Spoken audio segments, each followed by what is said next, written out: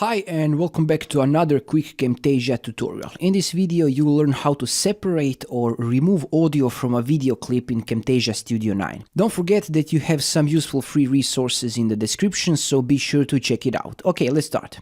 Let's say that you have a video with a music on it already present when you import it and you just want to separate or remove audio from it. You can see that this video here has some audio. You can see these gray waves. This means that audio is present in the video. To separate audio from the video, just right-click on the clip and click Separate Audio and Video. You can now delete it or edit it, whichever you want. And this is how you easily separate audio from video in Camtasia Studio 9. Thanks for watching, and if you find this video helpful, you can subscribe and make sure that you hit that bell icon so you know when the new video is out. Have a nice day and bye-bye.